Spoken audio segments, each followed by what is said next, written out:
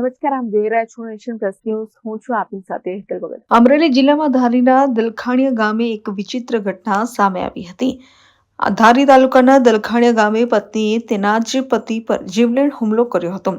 દલખાણીયા ગામે રહેતા ભરતભાઈ કાળુભાઈ મકવાણા પર તેમની પત્નીએ પાઇપ વડે હુમલો કરતા ગંભીર ઈજાઓ પહોંચી હતી.